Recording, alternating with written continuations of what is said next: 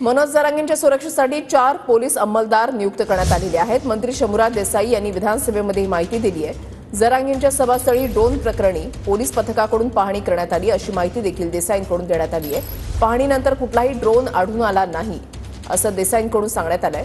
Jalna police अधीक्षकांकडून तपासाबाबत 3 पथकांची नियुक्ती करण्यात आली आहे।